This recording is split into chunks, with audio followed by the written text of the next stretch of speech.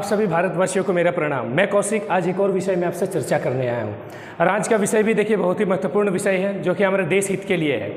आज का विषय है काला धन, ब्लैक मनी। आप सब ये वाला शब्द जो है आप सभी वाकिफ़ होंगे इनसे। ये शब्द बहुत ही गहरा शब्द है जो कि देश को चोट पहुंचाता है, देश पर गहरा जख्म देता है। क्या शब्द है? काला धन, ब्लैक मनी। इस धन में ही, नाम में ही देखिए काला वर्ड छुपा हुआ है। काला सबको पता है, काला एक ऐसा शब्द है, एक ऐसा धब्बा है, एक ऐसा दाग है जो किसी के भी, किसी देश हो, किसी के स्वभाव हो, किसी भी चरित्र को बर्बाद कर सकता है, उसको हीन कर सकता है। तो देखिए इसकी परिभाषा क्या है? अवैध तरीकों से अर्जित किया गया धन। अवैध तरीकों से अर्जित किया गया धन। अवैध का अर्थ क्या होता है? जिसका आपके पास कोई भी माने लेखा जोखा ना हो, आपके पास सरकार के खाता में जिसका कोई हिसाब ना हो, ऐसा धन जिसका आप माने अवैध तरीके से कमाते हैं, जिस इलीगल जिसको बोलते हैं, वो धन, अर्जित किया गया धन काला धन कहलाता है। काला धन वह भी है जिस पर कर नहीं दिया जाता। कर मीन्स टैक्स। काला धन वह भी है जिस पर सरकार को टैक्स नहीं दिया जाता है, सरकार से टैक्स को बचाया जाता है, चोरी किया जाता है। ऐसे धन को हम लोग बोलते हैं काला धन, ब्लैक मनी। तो काला धन देश की आर्थिक स्थिति पर गहरा प्रभाव डालता है। देखिए किसी भी देश में, सिर्फ मैं भारत की बात नहीं कर रहा हूँ, किसी भी देश की आर्थिक स्थिति, वहाँ उसकी जो इकोनॉमिकल कंडीशन है वो देश की, उसको हिला सकती है। कौन? काला धन। अगर काला धन देश में, लोग क्या करते थे, बड़े बड़े नेता क्या करते, बड़े बड़े करप्ट ऑफिसर्स या फिर नेता, वे क्या करते हैं? काला धन, भारत के पैसा को, भारत का ही पैसा को लेकर के वे स्विस बैंक में, विदेश में जाकर के पैसा को जमा करते हैं। स्विस बैंक में सोचिए, पैसा हमारा, हमारे खून पसीना का कमाई, मैं गरीबों की मेहनत की कमाई, और कहाँ पे जा रहा है पैसा?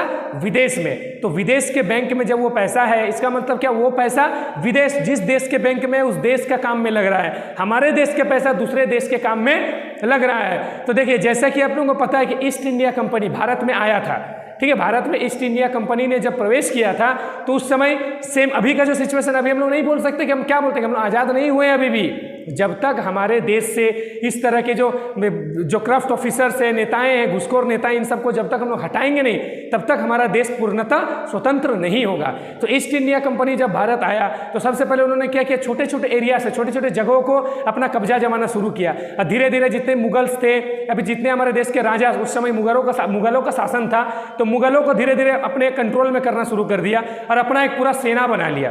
ब्रिटिश सरकार की मदद से अपना एक पूरा सेना बना लिया और भारत में ही रह करके, भारत में ही व्यापार करके, भारत के ही धन सामान को लेकर के विदेश में, ब्रिटेन में जाकर के बेचते थे और बेच करके उसमें उनको दोगुना मुनाफा होता था। सोचिए, भारत को ऐसे ही सोने की चिड़िया नहीं कहा जाता है। सच में भारत सोने की चिड़िया है। यहाँ पर पाई जाने वाले हर एक वस्तु की मूल्य सोने से कम नहीं है। इसीलिए ब्रिटिश सरकार को ये दिखा और वे अपने साम्राज्य को पूरा यहाँ पर बैठाने लगे। ईस्ट इंडिया कंपनी को स्टेबलाइज किया गया, यहाँ पर बैठाया गया, स्थापित किया गया कोलकाता में।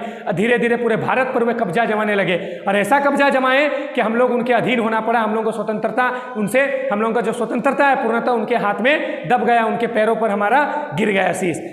तो इस स्वतंत्रता सेनानी में देखिए बहुत सारे हमारे सेनानी जो कि अपने बलिदान, अपने आप को निछावर कर दिए, भारत माँ की सेवा में अपने आप को बलिदान कर दिया, जिनकी बलबूते पर आज हम इतने शान से, इतनी स्वाधीनता से घूम पाते हैं और आज़ादी की सांस लेते हैं। लेकिन आज भी हमारे देश ऐसे करप्ट ऑफिसर्स, करप्ट नेताएं हैं जो हमारे देश को लूट रहे हैं। हमारे देश में ऐसे काला धन को अवैध तरीके से लूट रहे हैं। देश के पैसा को, किसका पैसा है? वो हम जैसे गरीबों का पैसा है जो कि खून पसीना एक करके कमाते हैं और ऐसे पैसों को थोड़ा बहुत वो बचाने की कोशिश करते हैं। तो ऐसे लुटेरे हमारे पैसे लूट लेते हैं और हमारे देश से ही पैसा को विदेश में जाकर के रख देते हैं। देश के काम में कभी भी वो पैसा नहीं लग पाता है। तब सोच सकते हैं कि ऐसे लोगों को देश से हटाना कितना आवश्यक है, क्योंकि ऐसे लोगों को अगर नहीं हटाया गया तो हमारा देश को ये लोग, सच में हम बोल दे रहे, बेच करके अगर एक दिन नहीं चला गया ना विदेश, तब बोल दीजिएगा ये लोग पक्का बेच के भागेगा। ऐसे ही लोगों को प्रॉब्लम होता है भारत में रहने का।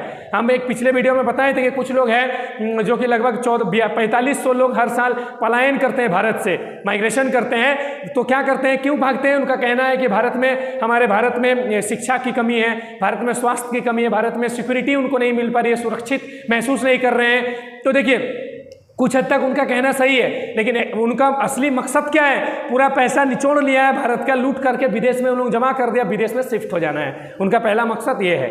तो सबसे पहले हम लोगों को क्या करना है? ऐसे लोगों से बच के रहना है और काला धन को हमारे देश से विदेश जाने से रोकना है। तो उसके लिए सबसे पहले देखिए, हमारा जो मोदी जी ने एक बार क्या किया था, हमारे पैसे को, मैंने जो करेंसी को चेंज किया था, 500 और 1000 के नोट को पूर्णतः बैन कर दिया गया था। उसी प्रकार से एक बार करने से नहीं होगा, ये हर 5 साल में आपको एक बार करना पड़ेगा, तब जाके देश की जो काला धन है वो देश में ही रहेगा। जिसके पास भी जितना भी पैसा वो जमा करके रखते हैं ना, उनके मन में एक डर होगा कि नहीं, इस पैसा को हमें ज़्यादा जमा करेंगे तो पैसा कभी भी चेंज हो सकता है, तो हमारा ये पैसा फंस जाएगा। तो इसके लिए हमारे सरकार को ये रणनीति अपनानी होगी और ये जो करेंसी जो चेंजिंग करने का जो करेंसी नहीं सॉरी जो हमारे पैसा का जो पैटर्न है उसको चेंज करने के तरीके को अपनाना पड़ेगा, ताकि हमारे देश का जो काला धन है वो देश में ही रहे और ये काला धन काला ना हो, बल्कि हमारी मेहनत का पैसा सफ़ेद होकर के वो सफ़ेद की तरह रहे और हमारे देश की सेवा में, देश की काज में लगे। गरीबों के खून पसीना का मेहनत उनके हाथ रहे, उनके घर परिवार के काज में लगे, ना कि विदेश में जमा हो और ऐसे लोग हमारे देश को लूटते रहे। तो सबसे पहले ऐसा करने के लिए क्या होगा, देश को शिक्षित होना होगा, शिक्षित लोगों को आगे होना होगा और ऐसे पीढ़ी को आगे होना होगा जो कि भारत का नेतृत्व कर सके। एक नेता, जो हम बोले कि नेता देश का नेतृत्व करता है, नेता का बहुत बड़ा पद होता है, उपाधि होता है। अगर देश को सच में एक ऐसा लीडर मिल जाए तो वो सच में देश को कितना महान बना सकता है। देश का आर्थिक स्थिति से लेकर के बेरोजगारी, शिक्षा, स्वास्थ्य, हर एक चीज पर ध्यान दे सकता है। लेकिन सबसे जरूरी क्या है, हम क्या बोले, सबसे जरूरी इन सब के लिए हमारा देश का नेतृत्व करने वाला एक पढ़ा लिखा, शिक्षित, नौजवान, युवा पीढ़ी वाला एक व्यक्ति होना चाहिए, तब जाके देश सुधरेगा। नहीं तो फिर ये सबसे कुछ नहीं होगा। चाहे कितने भी बूढ़े बुजुर्ग लोग हमारे संसद में बैठे या फिर हमारे लोकसभा में बैठे, उनसे कुछ होने जाने वाला नहीं है, क्योंकि लास्ट में तो लूटना है ही उन लोगों को, देश को। इसलिए सबसे ज़्यादा जरूरी है कि हम अपने नौजवानों को, पढ़े लिखे शिक्षित लोगों को बढ़ावा दें, देश के नेतृत्व करने का मौका दें। देखिए, काला धन पाने के लिए, काला धन अगर मान लीजिए किसी के पास है तो उसके लिए कानूनन अपराध है, वो ये तो सबको पता है। उसके लिए CRPC की सजा, CRPC के तहत उसको 7 साल की सजा हो सकती है। साथ ही साथ जितना भी पैसा होगा 2 लाख रुपए सिर्फ उसको दी जाएगी। अब बाकी पैसा का अगर हिसाब नहीं मिलता है, अगर उसके पास किसी भी प्रकार का कोई ब्यौरा नहीं है, तो वो सरकार के खजाने में, सरकार के खाते में वो चला जाएगा और सरकार फिर उसको देश हित के काम में लगाएगा। तो देखिए, आप सुन रहे होंगे कि हर इलेक्शन से पहले या रोज ईडी छापा मार रहा है, इसके इस नेता के घर में, उस नेता के घर में, इस इंजीनियर के घर में, उस बिल्डर के घर में।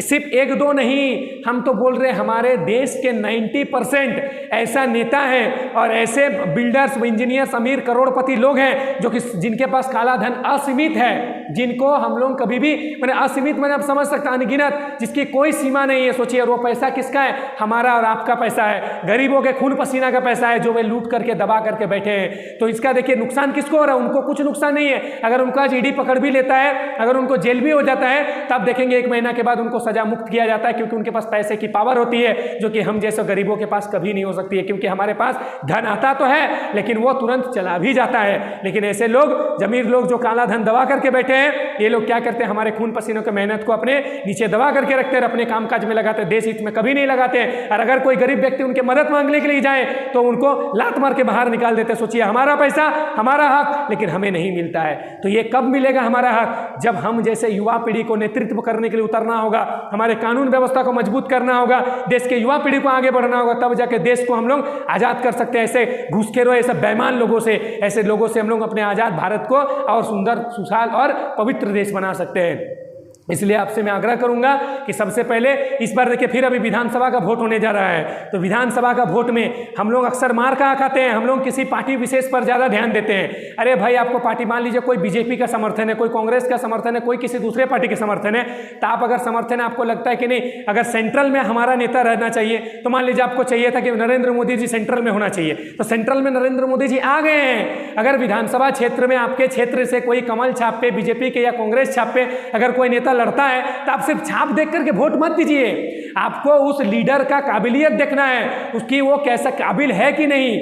आपको सिर्फ छाप नहीं देखना है कि वो कमल छाप है या हाथ छाप है, आपको देखना है वो कैंडिडेट जो खड़ा है आपके क्षेत्र में, क्या वो सच में वो काबिल है आपके वोट पाने का, आपके मतदान का, क्या वो सच में वो अधिकार रखता है। अगर नहीं रखता है तो सबसे पहले ऐसे बहुत सारे, देखिए, बिना दल के, बिना किसी पार्टी के भी बहुत सारे ऐसे लोग निर्दलीय खड़े होते हैं, तो ऐसे भी लोग ज़्यादा काबिल होते हैं। मैं कहता हूँ, निर्दलीय खड़े होने वाले लोग ज़्यादा काबिल होते हैं। ऐसे लोगों को अगर आप एक बार मौका दीजिएगा तो कसम भारत माँ की, वो देश को कभी भी लूटने नहीं देंगे, आपके क्षेत्र को सच में विकास करके दिखा देंगे। इस बार ध्यान दीजिएगा, और सिर्फ किसी पार्टी विशेष या फिर किसी चिन्ह को देख करके नहीं, बल्कि किसी भी चिन्ह या फिर किसी निर्दलीय पार्टी पे कोई भी कैंडिडेट खड़ा हो, उसके काबिलियत को देख करके वोट देना है, उसके साक्षरता को देख करके वोट देना है, उसके देखना है कि वो युवा पीढ़ी है कि नहीं। क्योंकि ऐसे कामों के लिए दौड़ भाग करना पड़ता है, लोगों का हक दिलाने के लिए आपको इधर उधर दौड़ना पड़ता है, तो दौड़ने की काबिलियत होना चाहिए, उसके शरीर में तंदुरुस्ती होना चाहिए, शिक्षा होना चाहिए, नॉलेज होना चाहिए, तब जाके वो देश को या आपके क्षेत्र को सच में कुशल और एक विकासशील क्षेत्र बना सकता है। ठीक है, तो इस बार आपको इस चीज़ को बड़े ध्यान से और एकदम सही कैंडिडेट को ही वोट देना है। बार बार मैं आग्रह करता हूं, क्योंकि एक बार एक बात की नहीं है, ये 5 साल की बात है। 5 साल में वो फिर से वही करेंगे और फिर से काला धन जमा करेंगे, आपका हमारा पैसा लूट करके बैठ जाएंगे और विदेश में जाकर के जमा करेंगे। इसलिए सोच समझ करके मतदान करें और ऐसे कैंडिडेट को जिताएं जो सच में देश काज में काम लगाए, अपने क्षेत्र में विकास पर ध्यान दे, ना कि मुर्गापड़ा में जाने पर ध्यान दे, छो नाच में जाने पर ध्यान दे, किसी के शादी पार्टी में जाने पर ध्यान दे। ऐसा नहीं, सिर्फ उसका जो कर्तव्य है, उसका जो काम है, उसका जो ड्यूटी है, उस पर ध्यान दें। इसी के साथ मैं अपने वाणी को विराम देता हूं। तब तक के लिए जय हिंद, जय भारत। मिलते हैं किसी और विषय में, आपसे चर्चा करूंगा और भारत मां की सेवा में लगा रहूंगा। जय हिंद।